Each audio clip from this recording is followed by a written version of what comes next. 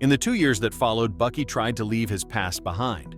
No longer the Winter Soldier, he went off the grid and hid out in Romania. But even when you're minding your own business, trouble still finds you. One day in 2016, Bucky was buying some fruit at the market when he noticed the vendor acting weird. The man freaked out and ran. Confused, Bucky checked the newspaper left on the stall and saw his own face on the front page. He was officially wanted. Turned out, Baron Zemo had orchestrated a bombing in Vienna as part of his revenge plan and framed Bucky for it. Now the world thought he was back to his old ways. That same day, Steve beat the special ops team to Bucky's apartment. The place was tiny and bare. On the table, Steve noticed a familiar item, a notebook.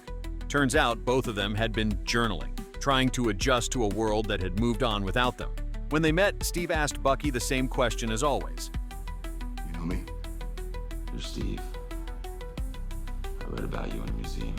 They didn't have much time to talk. Soldiers were already on the way. The first grenade got smacked away by Steve.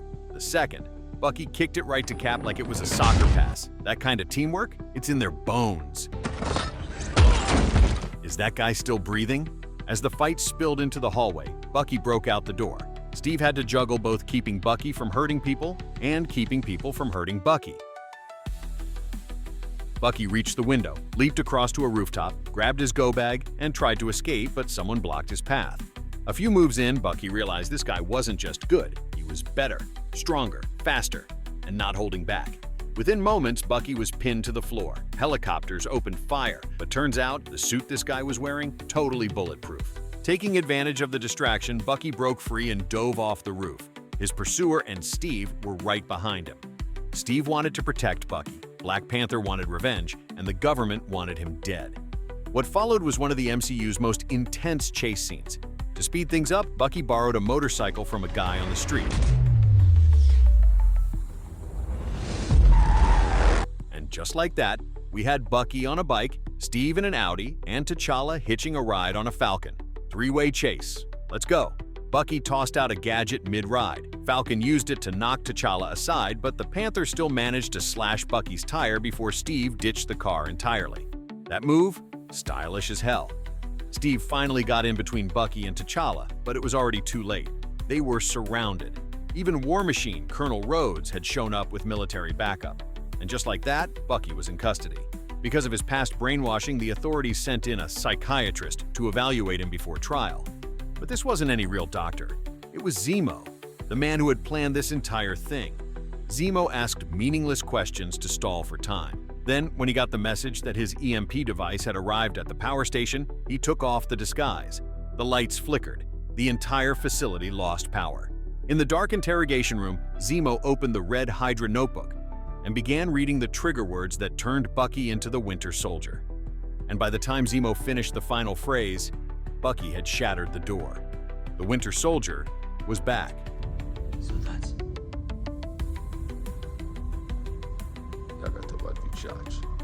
Meanwhile, just before the power outage, Steve and Sharon were reviewing the entire timeline, from Bucky being exposed to him getting captured. And the more they looked at it, the more obvious it became. Someone was pulling the strings behind the scenes. Steve and Sam rushed into the interrogation room.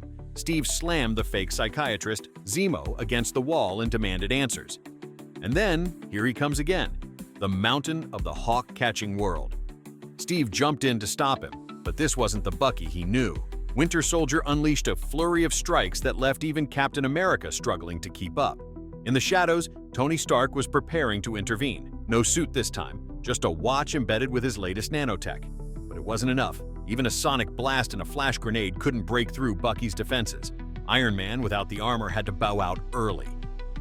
Then, it was Sharon and Natasha teaming up. They were both skilled in close combat, no doubt, but when it came to raw strength, they were totally outmatched. Black Panther was the next one to step in. T'Challa was the only one in that fight who could actually match Bucky's enhanced physicality. He caught up again, waited for his moment, and landed a kick that sent Bucky flying off the building. But when T'Challa got downstairs, Bucky was gone. Steve spotted him on the rooftop near the helipad. He knew if Bucky escaped now, there'd be no clearing his name. That's when we got one of the most iconic scenes in the movie. The helicopter never even got off the ground. Bucky grabbed Steve by the neck, and the two of them plunged straight into the water. Maybe it was fate. Last time, Bucky saved Steve. This time, Steve saved him. Whether it was the trauma of Zemo's trigger words or a blow to the head during their fight, something inside Bucky snapped back. For the first time, he remembered. Steve. Which Bucky am I talking to? Your mom's name was Sarah. He used to wear newspapers. You shit. And just like that, 71 years after that fateful fall in 1945, Steve and Bucky were truly reunited. Bucky told Steve what Zemo had been after, the mission from 1991. Zemo didn't just want revenge. He wanted the location of the facility where 5 other Winter Soldiers had been created.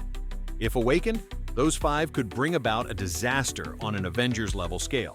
So Steve, Bucky, and Sam decided to head to Siberia to stop it. Steve called in Hawkeye, who was already retired, to help break Wanda out of Tony's custody.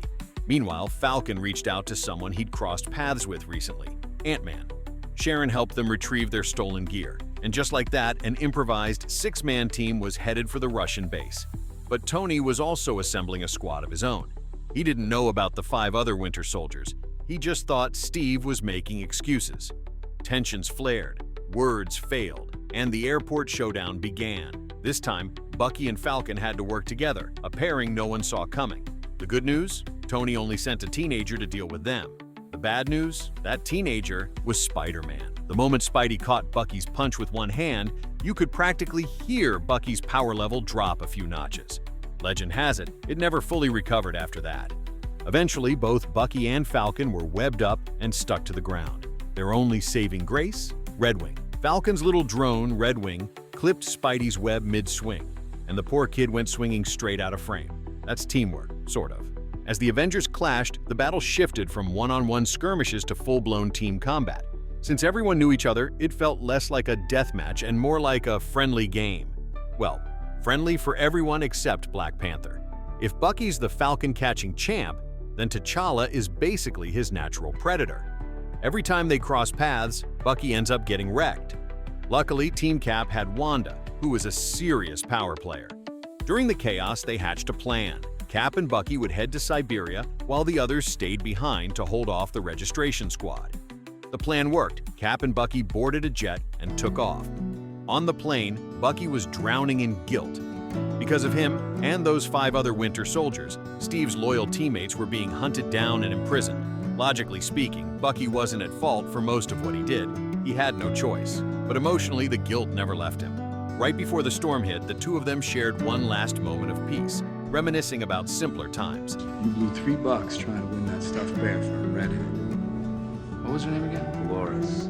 You called her down. She's gotta be